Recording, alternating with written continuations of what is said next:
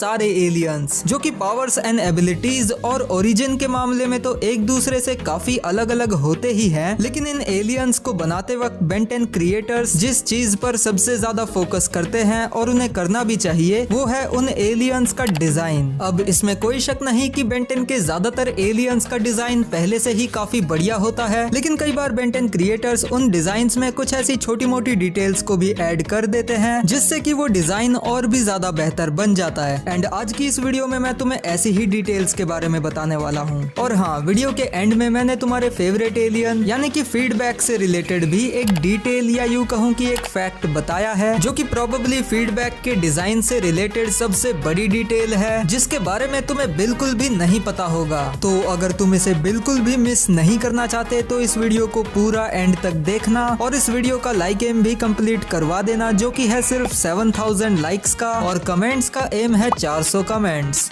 तो शुरुआत करते हैं अपग्रेड से। तो अपग्रेड का जो डिजाइन है वो काफी ज्यादा सिंपल और बढ़िया है, लेकिन जब हमें बेन 10 डिस्ट्रॉय ऑल एलियंस के अंदर अपग्रेड दिखाया गया तो वो और भी ज्यादा बढ़िया लग रहा था क्योंकि उसके डिजाइन में शाइनी मेटेलिक टेक्सचर को ऐड किया गया था जिससे कि अपग्रेड की स्किन एक कंप्यूटर स्क्रीन के जैसी लग रही थी, जो कि काफी ज्यादा सेंस भी बनाता है क्योंकि अपग्रेड लिक्विड मेटल की तरह है। हाँ, वैसे तो Ben 10 destroy all aliens movie में दिखाए गए सभी एलियंस के पर कोई ना कोई टेक्सचर है, लेकिन उन सभी एलियंस में से सबसे ज्यादा स्टैंड आउट करता है अपग्रेड क्योंकि इसका जो मेटेलिक टेक्सचर है ना वो अपग्रेड के डिजाइन में बाकी किसी भी एलियन के डिजाइन के मुकाबले सबसे ज्यादा वैल्यू ऐड करता है और इसके होने का सेंस भी बनता है। एको अपने ही साउंड अटैक से अपने ही कान के पर्दे ना फाड़ दे, इसीलिए उसके पास हेडफोन्स होते हैं, ये तो आपको पहले से पता होगा। लेकिन क्या कभी आपने एको के पैर पे इस अजीब से डिजाइन पे ध्यान दिया जो कि देखने में एक कैसेट टेप की तरह दिखाई देता है? और अगर आप नए जमाने से हो तो शायद आपने कैसेट टेप्स का नाम भी ना सुना हो, पर अगर आप भिड़े के जमाने के हो तो आपने इनका नाम जरूर सुना होगा या फिर कभी ना कभी यूज भी किया होगा, क्योंकि बेसिकली ये कैसेट्स ऑडियो और वीडियो को रिकॉर्ड करने के लिए और प्ले करने के लिए काम आते थे। एंड इस चीज को एको के डिजाइन में इंटीग्रेट करना was a nice touch. And ऐसा ही सेम डिजाइन आप अल्टीमेट एको के बैक पे भी नोटिस कर सकते हो। एनीवेज, तो अगली डिटेल है फोर आर्म्स से रिलेटेड। तो फोर आर्म्स के टोटल 4 हाथ हैं, 4 आंखें हैं और तो और उसके नाम में भी 4 है। लेकिन फोर आर्म्स के डिजाइन में एक और ऐसी चीज है जो कि 4 मौजूद है, लेकिन शायद आपने उसको नोटिस नहीं किया होगा। नहीं, मैं यहाँ पे उसकी 4 उंगलियों की बात नहीं कर रहा, वो तो बेन के ज्यादातर एलियंस के पास होती ही है, बल्कि मैं तो यहाँ पे बात कर रहा हूँ स्ट्राइप्स की। फोर आर्म्स के अल्टीमेट एलियन वाले डिजाइन में तो आप आसानी से 4 स्ट्राइप्स को नोटिस कर सकते हो, लेकिन फोर आर्म्स के क्लासिक वाले डिजाइन में भी 4 स्ट्राइप्स मौजूद हैं, एक सामने, 2 कंधों पर और एक पीछे, जिसमें से सामने वाली स्ट्राइप का तो समझ में आता है, लेकिन बाकी तीनों स्ट्राइप्स को जानबूझ के ऐड किया गया है। फोर आर्म्स के पीछे अगर एक भी स्ट्राइप ना हो तो उसका डिजाइन पीछे से काफी खाली खाली सा लगता है, तो शायद ये भी एक रीजन हो सकता है फोर आर्म्स के पीछे स्ट्राइप ऐड करने का। एनीवेज, अब ये जो अगली वाली डिटेल है ये हीट ब्लास्ट से रिलेटेड है, जिसके बारे में शायद आप सभी को पहले से पता होगा, लेकिन मैं फिर भी उसको यहाँ पे थोड़ा सा डिस्कस करना चाहूंगा क्योंकि ये डिटेल है ही इतनी कमाल की। तो हीट ब्लास्ट के अब तक के जितने भी डिजाइन्स हमें देखने को मिले हैं वो सारे ही एक दूसरे से काफी ज्यादा सिमिलर हैं, मतलब इनके बीच में आपको ज्यादा डिफरेंसेस देखने को नहीं मिलेंगे। पर मेरे पर्सनल ओपिनियन के हिसाब से इन सब में से जो सबसे ज्यादा बेस्ट डिजाइन है हीट ब्लास्ट के लिए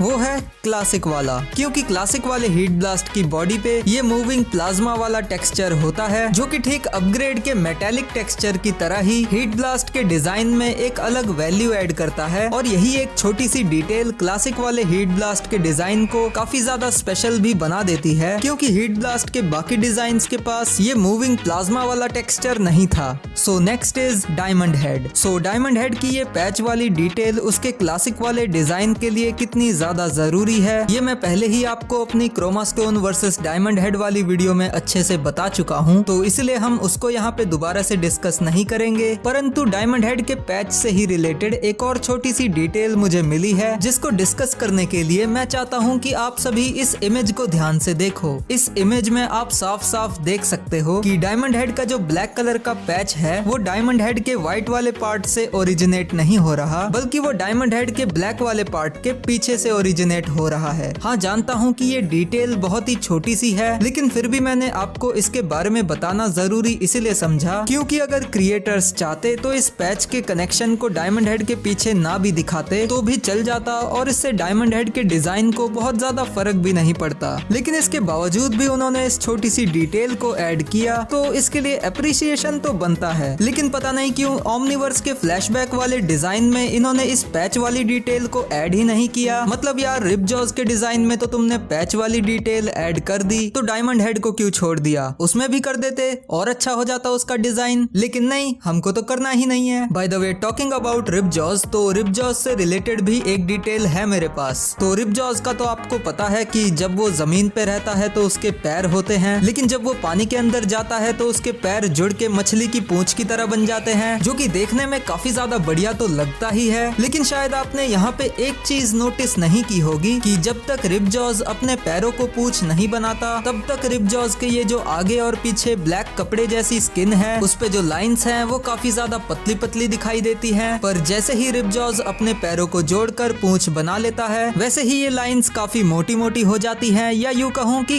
खिंच जाती हैं, और इसी वजह से रिपजॉज की पूंछ थोड़ी सी लंबी भी दिखाई देती है। वैसे मैं रिपजॉज का बहुत बड़ा फैन हूँ, पर सच बता रहा हूँ इस डिटेल को बचपन में मैं भी नोटिस नहीं कर पाया था, and I am pretty sure कि आप में से कई सारे लोगों ने भी इसे नोटिस नहीं किया होगा। एनीवेज, तो अब बात करते हैं तुम्हारे फेवरेट एलियन फीडबैक की एक डिटेल के बारे में, जो कि प्रोबेबली फीडबैक के डिजाइन से रिलेटेड सबसे बड़ी डिटेल है, जिसके बारे में तुम्हें बिल्कुल भी नहीं पता होगा। सो जैसा कि हम सब जानते हैं कि फीडबैक हमें इंट्रोड्यूस तो बेन 10 ओमनीवर्स में कराया गया था, लेकिन स्टोरी वाइज इसे हमें दिखाया कुछ इस तरह से जाना था ताकि हमें लगे कि ये एलियन बेन के पास बेन 10 क्लासिक के टाइम से ही था। और इसी चीज को ध्यान में रखते हुए बेन 10 ओमनीवर्स के art director Derrick J White ने खुद फीडबैक को डिजाइन नहीं किया, बल्कि उन्होंने बेन 10 क्लासिक के one of the character designer Dave Johnson से रिक्वेस्ट की कि वो फीडबैक को डिजाइन करे ताकि फीडबैक देखने में बिल्कुल क्लासिक सीरीज के एलियन की तरह ही लगे। और फिर क्या था, डेव जॉनसन ने बज़शॉक की कलर स्कीम उठाई और फीडबैक का वो डिजाइन बना दिया जिसको आज हर कोई बेन 10 फैन पसंद करता है। एंड अगर आपको भी ये डिजाइन और इस वीडियो में बताई गई डिटेल्स पसंद आई हो तो इस वीडियो को एक लाइक कर देना, क्योंकि सच में यार इस अकेली वीडियो को बनाने में मेरी 2 वीडियोस को बनाने की मेहनत लग गई है, तो इसके लिए एक लाइक तो बनता है। साथ ही साथ चैनल को भी सब्सक्राइब करके बेल आइकन दबा देना और मुझे कमेंट करके ये बताना कि इस वीडियो में बताई